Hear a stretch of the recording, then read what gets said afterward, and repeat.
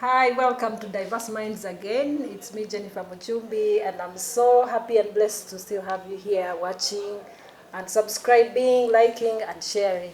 Today, I'm so excited about the guest that we have because I'm always so interested in the young generation because the future belongs to the young people and they are the ones who can make a difference in this world.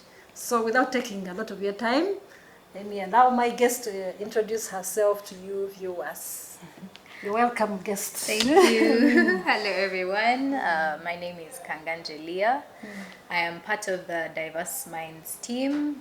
Basically, I helped with registering the company, opening the bank account, getting a line for the company. Yes, the license too, the trading license. And when Auntie Janepher spoke to me about a company, Registration. yes, register. Okay, when you talk to me fully about Diverse Minds, I knew about autism and neurodivergent disorders, but I didn't know the depth of it. Wow. Yeah. So and most times, you actually just know about autistic children. I had never the word is not out there about autistic adults. Yes. So what really touched me the most was because one of the objectives of Diverse Minds is to help these children be able to fit into the society. Yes, fit into society and to be able to also contribute to the society, especially being able to help in areas where they are good. Yeah, so that really touched me. So they don't have to just stay home full time being taken care of. They can also be of value to the society. Yes. So that's what touched me the most. Like if we can be able to do something like that for someone, Integrate to then them. That was very important. Yes. I just wanted to go back and ask you, like, when did you first ever heard about the word, not only neurodivergent, I think neurodivergent is the new thing now because they're now just combining everything. Yes. But like autism, in your school, did you ever, had you ever heard about autism? In school, actually, no. I had never heard about autism. I think the first time I heard about autism would be, I think, in high school. Yes. And I got to know about it from internet. Most time, when you'd see people who have autism, they were considered to be Lunatics, actually. yes. People are not okay in the head. Mad, actually. Yeah, they are mad. They're They're considered mad people. So eventually, I think when I got to make more research on it, that's when I made more research on it, and that's when I got to know more about what autism is. Yeah. Did you, like, now when you think about it, after learning about autism, at first time when I said, oh, my boys are on spectrum, what came into your mind? How did you feel like these are your cousins and I know what they mean to you? Because you got to know it when they were still young, in my head I was like, no, they're going to be fine. Yeah. And also I had never, because theirs is not so extreme. So, and I had seen, because we had a neighbor who was also autistic. He was nonverbal till a bit, I think, till the age of, I think, 8 or 9. But after 9, he started talking very well. So in my head, I was like, there's something that can be done. Actually, I started researching on schools that handle autistic children and You didn't freak out and say, oh my God, I'm going to have mad cousins. No, I actually didn't think of it that way. Or you're like, what if I came out crying and saying, oh my God, my kids are autistic, I'm done, I'm finished. Actually, that's another thing that made me have a lot of it, because the way you took it on headstrong. You're like, no, it's not like it's the end of the world. There is something that can be done. So that's what actually encouraged me to also, make research on it, look for schools especially that you're going to tell them. Actually, I remember advising you. I remember sending you a list of certain schools. And also one thing I know about autistic children is when they're good at something, they're very good at it. So I remember because you're telling me how they like swimming. So I was like, why didn't you get them reading? and things like, so you didn't freak out. Basically what I'm trying to say is sometimes people freak out without making research, and if you say negative things, sometimes that's what you get. So you have to receive everything with a positive attitude and try to work with what you have, because I'm sure there were many challenges, and the beautiful thing that you can have is a family behind you.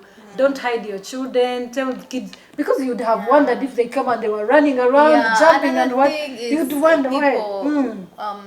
I feel like what Diverse Minds is going to help people do is for people to come out who have children who are autistic, or even family members that are autistic, because most people are so scared to come out to say, oh, I have an autistic child, or I have autistic, or I have ADHD. Yes, or even some parents choose not to believe that their children are autistic. I've seen that one. And that one they try to damage. treat them like a normal kid, and they get frustrated by it. So and it causes more mental struggles and disorders. Yeah. So now, after thinking about it, when you look back, do you think you've lived, maybe studied with, or you've come across autistic, other autistic people? So, very much so, because you'll see someone acting like today they are very, they are maybe, let's say, they don't want to talk to people, they don't want to interact with people, and actually, these people are actually autistic to a certain degree. Now that you know how they present. But also I feel like it's not their fault, it's the way they were also maybe raised, and even their parents themselves may not have the known. information. Because lack of information.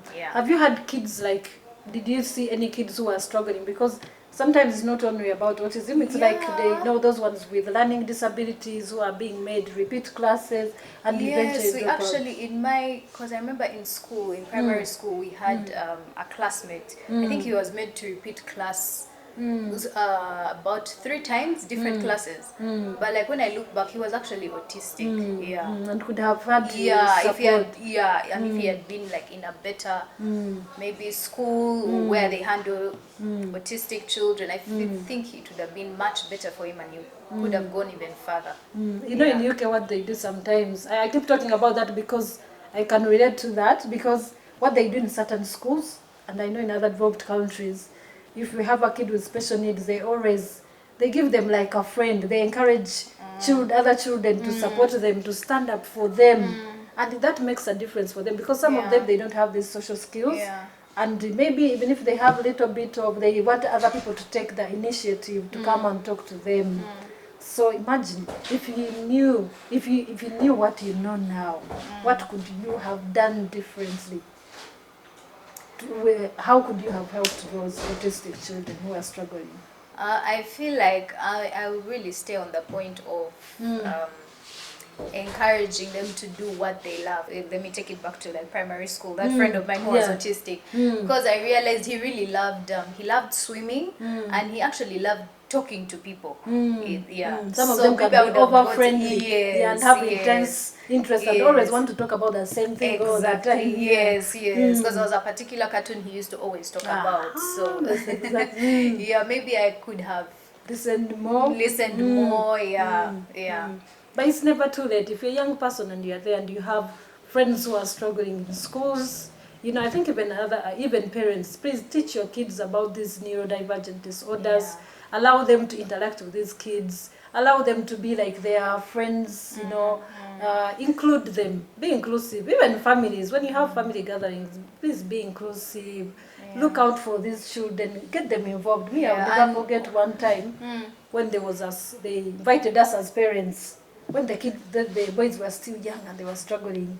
And they had like those Christmas shows. And other kids were performing. And just because the boys couldn't stay still, they just took them behind. They were standing somewhere in the corner, not involved in the whole show. In my head, I was asking myself, why did they invite us anyway? So it's very important if your teachers, even if a kid, in my head I was like, at least they would have dressed them like Jesus and And also another thing I've realized, when you don't include them, they also become withdrawn. And they are aware. They actually are. And they're very observant, by the way. They know. Most the ones I've seen, they know. So imagine like now, like I said, your age, you're the ones who are going to change everything because you're the future parents. If you see the statistics, most of the parents are single parents. Most people with special needs, parents end up having divorces and what. What message do you have for people of your generation? Like, what can you advise them? Because you never know. There are many neurodivergent disorders. Yes, what advice do you have for them? My advice would, first of all, people need to make more research. People need to read more.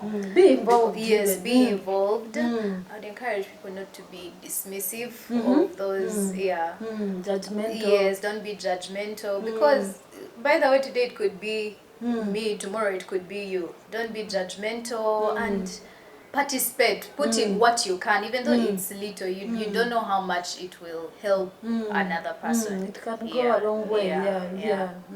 Just, like I've seen many parents who say, my kid has never been invited to any birthday. To a party. Can you imagine? Because I know when I've had all these experiences where, like, you go for a birthday. Thank God we don't do much parties, but you have someone poke into someone's cake before they cut it, or blow their candles before they cut the cake, and then the kids are not invited, or they will just pull off like kids' birthday where they have like cartoons on top, they take them, So it's just very important. Please be inclusive, and also for the parents to open up. Yes. Because if you don't open up, and tell people that your kid has a certain condition and certain behavior, they will judge them and they will not understand. They will not understand. And also you not opening up is also like you're joining the people who are judging your children Yes. Because you're hiding. Kangangye, it was really a pleasure talking to you. And I'm so glad you're in our team. I hope you can educate people of your generation. And I hope the future for kids, like the kids you may have, they will have a better place to live in. I hope Diverse Mind can have an impact on our society, and who knows, and I hope we can have a minister like you. Thank God we have the Miss Uganda. So what do you think of the future? I always ask that question. What do you think of the future of neurodivergent community in Uganda? I think with more, if we have more companies like Diverse Minds opening up, I think the future is a bit much more brighter for neurodivergent people. We can do better. I think you should continue talking. Thank you, and I thank you so much. Especially, I always say, when there's something going on, I always come with the whole village. Last time we were so unlucky, the other side didn't come, but we really represented, and I really appreciate that you took this initiative.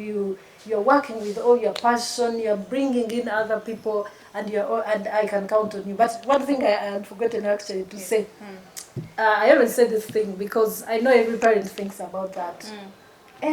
One thing that keeps parents of special needs, especially severe ones, worried and awake, is if I'm not here tomorrow, who would look after my kids? Now you have cousins. They may not be severe, but they have difficulties. Do you think you can rise to the challenge? Yes, I believe I can. Can you be a trustee? I would be. No, but the trust already has certain obligations that are meant to be followed. So I should put my money in the trust. You won't be harvesting and selling it. No. It's very important. That's why I was trying to say, that's what Janepher was advising us. Get your family involved, especially these young ones, because for us we are too old. You may still be here, by the way, but you might be too old to manage.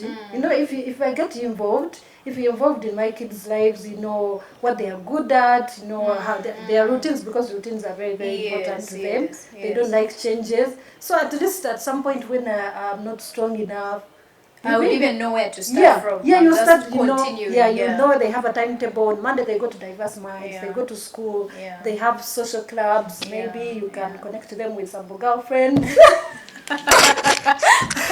knows? At least that's the advantage of involving the young generation and being open about your situation.